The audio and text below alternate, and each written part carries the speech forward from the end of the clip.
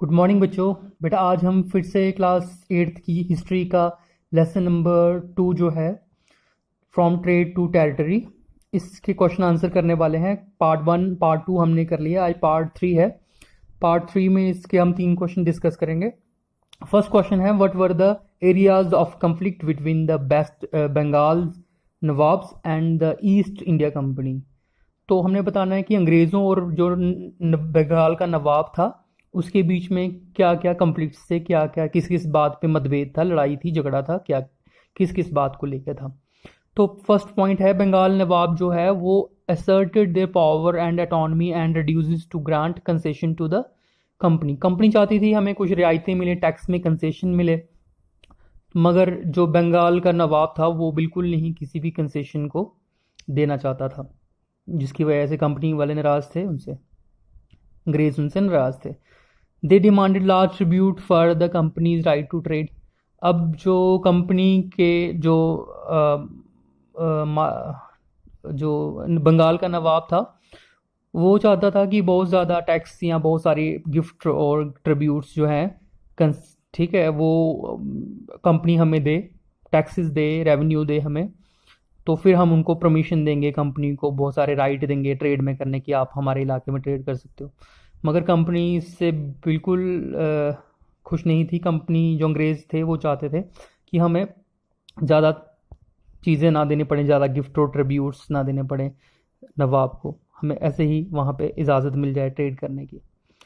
Question जो part 3 है, they denied the company any right to mint coins. Company वाले चाहते थे कि हम अपने कुछ कॉइन्स, सिक्के वगैरह हम प्रिंट करेंगे, बनाएंगे, तो उसको चलाएंगे हम यहाँ पे, हम पैसे देने की जगह, सोना चांदी की देने की जगह हम सिक्के देंगे। तो जो नवाब था वो इससे बिल्कुल खुश नहीं था, वो उसकी अपनी करेंसी थी, वो चाहता था मेरी करेंसी यहाँ पे चले, तो ये कंपनी को बिल्कुल इजाज़त नहीं दी उसने ऐसा करने के लिए। तो कंपनी वाले नाराज़ थे, अंग्रेज़ नाराज़ थे।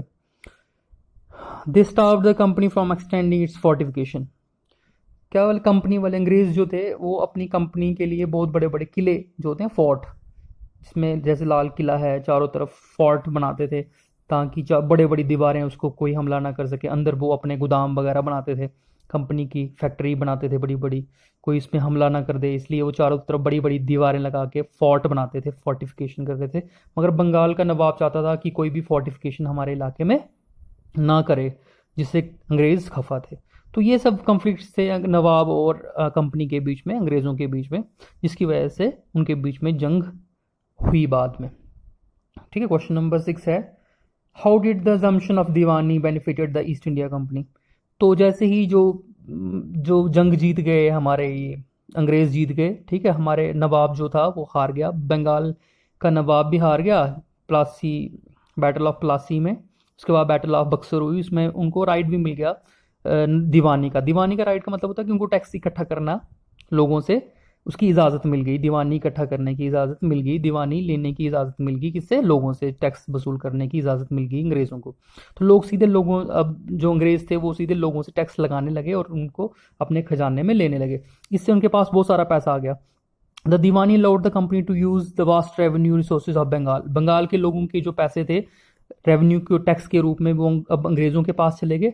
और no revenue from India could finance company's expenses. अब इस पैसे से कंपनी अपना खर्चा चलाने लगी, और इसके साथ ही वो अब यहाँ से कॉटन, टेक्सटाइल और यहाँ से खरीदने लगी इसी पैसे से। पहले वो अपने पैसे से वहाँ से सोना चांदी लाते थे इंग्लैंड से, फिर उसके बदले यहाँ पे सिल्क और कॉटन खरीदते थे, मगर अब उनको यहाँ से ही पैसे से वो ये सब चीज़ें खरीदने लगे। इवन की कंपनी का जो बाकी खर्चा था, फौज की सिपाहियों को, अपनी फौज के सिपाहियों को तनख्वाह देने का, वो भी इधर से ही निकलने लगा। और बाकी खर्चे जो जो यहाँ पे बड़े बड़े फोर्ट बना रहे थे, बिल्डिंग्स बना रहे थे, ऑफिसेज बना रहे थे बड़े बड़े शान आलीशान, उनको पैसा लगता था, उनको पैसा भी यहाँ से ही, पैसे से, इसी पैसे से जो बंगाल से इन्होंने इकट्ठा किया, उसी से अब वो खर्चा करने लगे। इससे बहुत ज़्यादा बेनिफिट हुआ कंपनी को राइट टू दीवानी हासिल करने से। क्वेश्चन नंबर 7 चलते हैं। क्वेश्चन नंबर 7 में है, explain the system of subsidiary licence. ये हमने कल भी डिस्कस किया था कि सब्सिडरी लाइसेंस क्या होता है। अकॉर्डिंग टू दिस अलायंस या इस system, Indian rulers were not allowed to have their independent armed forces. हमने कल भी पढ़ा था कि जैसे ये सब्सिडरी लाइसेंस हुआ, इसमें क्या था कि इंडियन रूलर को कहा गया कि आप अपने पास अपनी आर्मी मत रखें, उसके बदले हम आपको ज़रूरत के वक्त कंपनी की फ़ौज भेजेंगे आपकी मदद करने के लिए। अगर आपको ज़रूरत पड़ी, कहीं जंग वंग हुई आपकी, तो किसी ने आप पे ऊपर हमला करी, हम बचाएंगे आपको। बट आपको इसके बदले हमारी फ़ौज को रखना पड़ेगा अपने पास, और उसका खर्चा उठाना पड़ेगा, उसकी तनख्वाह वगैरह का इंतजाम आपको अपने खजाने से, इंडियन रूलर्स को अपने खजाने में से देना पड़ेगा, अंग्रेजी फ़ौज की खर्चा। और अगर कोई जो इंडिया का जो कोई रूलर अगर इस अपनी जो इलाके में हमारी ब्रिटिश फोर्सेस रखी हुई हैं उसका खर्चा ना उठा पाए, तो ऐसे हालत में उसको अपनी ज़मीन का एक बहुत बड़ा टुकड़ा हमें अंग्रेज़ों को सौंप देना है। ठीक है, अगर कोई इसको नहीं दे पाए। और बाद में ये बहुत सारे राजाओं को इसके लिए फोर्स किया गया, हिंदुस्तानी राजाओं को, कि वो सब्सिडी लाइन्स में गवर्नमेंट अंग्रेज़ों के साथ ये समझौता कर लें या ट्रीटी कर लें। बाद में सबसे पहले बेटा ये इससे इसी सब्सिडी लाइंस के चलते हुए ही नब अवध को अपने हिस्से में मिला लिया गया था 1801 में। जब अवध का नवाब जो है वो सब्सिडी लाइंस के लिए अंग्रेज़ों की फ़ौज के पैसे ना दे पाया, तो उसकी आधी टेरिटरी अंग्रेज़ों ने अपने सल्तनत में मिला ली थी छीन कर।